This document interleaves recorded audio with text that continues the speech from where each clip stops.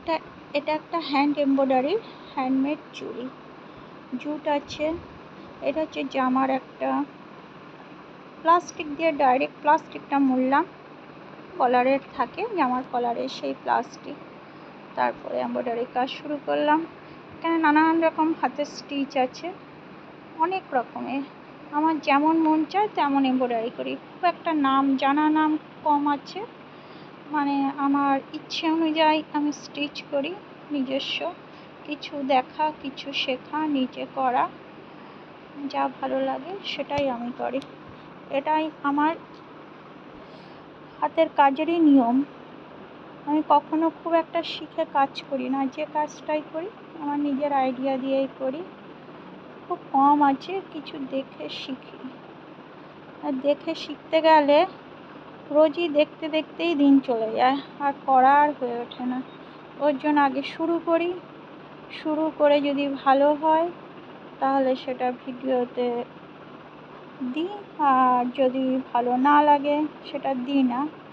এমন হয় না যে খারাপ হয়েছে, বরং আমি আরও ভালো ভালো জিনিস তৈরি করি, এর ভিডিও আমি করতে পারি না। এটা যেটা মনে আসে সেটাই করি। এটা একটা কুলির মতন করলাম, কোনোটা ছোট ফুল, কোনোটা বড় ফুল, কোনোটা ডিজাইনিং ফুল, এটাতে বোতাম স্টিচ দিলাম ফুলের সাইডে, যা মনে আসে তাই করি। আর করে একটা সুন্দর জিনিস তৈরি হলেই সেটাই আমার ভালো লাগে। যতক্ষণ না জিনিসটা সুন্দর হয়, একদিনে এটা করে ফেললাম, যেদিনেই করলাম সেটা পরে আমি বেরোলাম, বেরিয়ে সেদিনেই হারিয়ে এসেছি। ভিডিওটা পোস্ট করার আগে জিনিসটা হারিয়ে এসেছি, আমি একটা পরে ছবি তুলে দেখাতে পারতাম। মনটা খুব খারাপ হয়ে গেল। কেউ যদি পেয়ে থাকেন আমাকে এটা ফেরত দিয়ে দেবেন।